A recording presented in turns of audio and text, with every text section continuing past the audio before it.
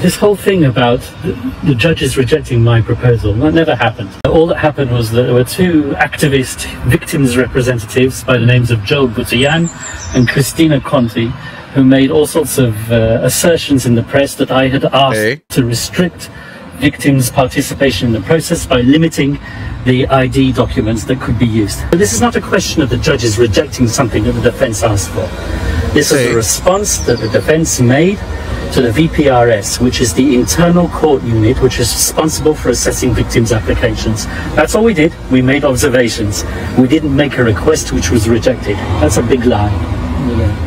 Ang weird ng comment na yan ni Attorney Kaufman eh. Anong ire-reject ng ICC na hindi hinihingi ng defense? Kung hindi nag-submit ang partido nila Duterte noong limitasyon dyan sa ID, edi wala silang i-deny. May dinenay sila eh. So merong petition, or at the very least merong ang tawag nila observation eh. May napanood kasi akong video ni Kaufman. Shinare ito ni Harry the Caller. Kanina ko lang siya napanood. Ito kasi yung balita. Pakita ko sa inyo. Why is he in The Hague? Kaufman slams Marcos for handing Rodi Duterte to the ICC. Yun. In a fiery statement, former President Rodrigo Duterte's lead defense counsel, Attorney Nicholas Kaufman, questioned why the former Philippine leader is being tried in a foreign court and was, according to him, effectively handed over to The Hague by none other than the sitting Philippine president. Ayan na nga. Kaufman was speaking to a group of Filipino journalists and vloggers just outside the detention facility in The Hague, where Duterte is currently being held ahead of the ICC's confirmation of charges hearing scheduled for September 23. And a clip, ito nga, papakita ko sa inyo itong clip. So, Attorney, how are you? And how's PRD? He's doing well? He's in good spirits. Okay, thank you. And does PRD have any message for the Filipino people now that midterm election are fast approaching? He asked for calm and restraint. He knows that there are elections in the offing. He knows that the people are very interested in his welfare. And he also knows that there is a tendency, perhaps, for people to get excited and not to respect the judicial process. He insists that the judicial process be respected, that there be no interference in that at all. Paano magkakaroon ng interference? Wait lang. Paano magkakaroon ng interference from a third party? Ibang mga rally-rally ang yung interference. Alam nyo, mga kotsero, kung yung mga rally-rally nitong mga DDS ang interference, rektahin na ni Digong. Pagalitan niya ang kanyang mga supporters. Kasi wala namang nag-encourage sa kanila na mag-rally maliban sa partido nila. Sila lang naman. Langya, ito nga sa ito nga nung birthday ni Digong, ilan ang lumabas? 200,000. 200,000 na tao. Yun nga lang, syempre, hindi pa rin naabot yun pang people power. Diba? Pero at least, diba? At least meron kang 200,000. So wala naman nag-i-interfere maliban sa mga supporters din ni Rodrigo Duterte. So, rektahin na niya yung mga supporters. Good luck na lang. Mga mga bulagat, angat yan, mga DDS, mga bulagat bobo yung mga yan. Kaya kahit anong pigil yun yan, gagawin nila yung naiisip nila. And, Attorney, how do you respond to the ICC judges? How do you respond? Your proposal? Do you believe it undermines the rights of the accused in any way?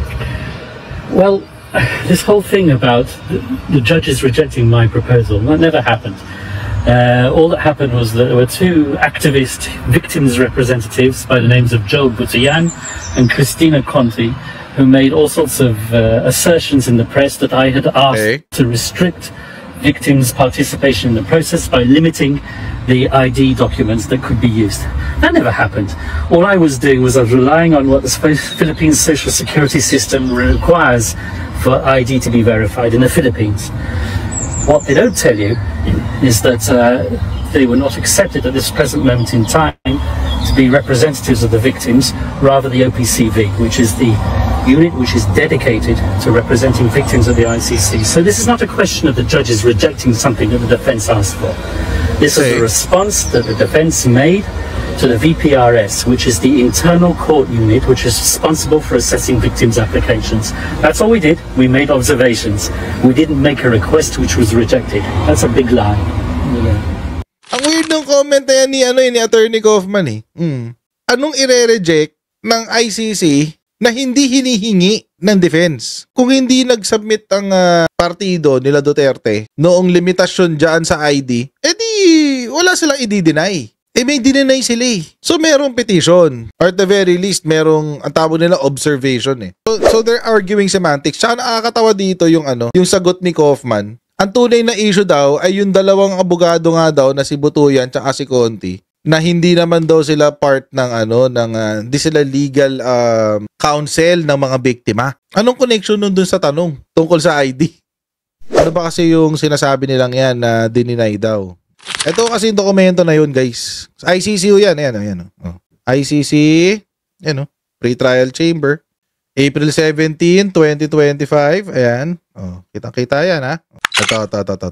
Ayan. Item 60. Madami kasi tayong primary ID. Lahat ho ng mga ID na inilalabas ng mga ahensya ay considered primary ID. Sa lugar kasi nila, mga kotsero, sa western countries, wala hong ganon. Isa lang hong ID, yung Social Security. Ngayon, mga kotsero, dito kasi sa ICC, nagsumite yung parte, yung mga group, yung kampo ni Duterte.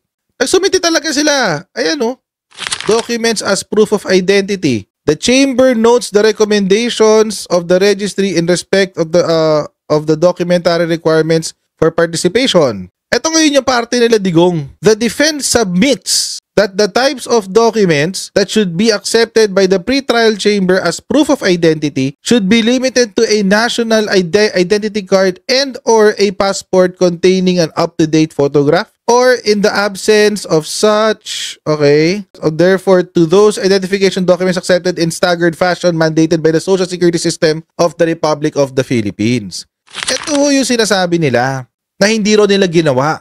Wala raw silang isinumite na petisyon or request or what have you. Mga kotsero, that is lawyer talk. Pag sinabi kong lawyer talk, ibig sabihin nun, mga kotsero, sinasensya nila magsalita ng nakakalito. Or palusot doon sa kanilang sariling pagkakamali. Kasi sila mismo nagsumite niya, no? The defense submits. Ibig sabihin, sila yung nag-bring up sa court na ang dapat na i-recognize lamang na ID ay yung sa Social Security. Ito pa. The defense suggests. Ano ibig sabihin? Di sa kanila nanggaling. Adopting a more stringent approach. Pag magkikpit daw sa ID, etc., what have you. The defense requests the chamber to decide on a ruling in ad hoc basis whether a signed and witness declaration is sufficient to act as proof of an applicant's identity. So, wait lang. Defense submits. Sabihin, nag-file sila.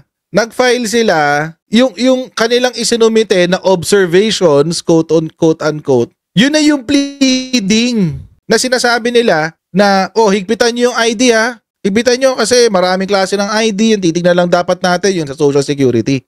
Tapos, sa kanilang galing The defense thus suggests whatever, blah, blah, blah, blah, blah. The defense requests the chamber to decide, blah, blah, blah, blah, blah. So, sino kayo na nagsisinungaling? It seems, mga kotsero, ito hong si Attorney Kaufman, mo ang nagpapalusot na lang siya. Kasi, they want to save face. Gusto nilang mag-save face, guys. Dahil napahiya sila Napahiya sila ng wagas. So, bakit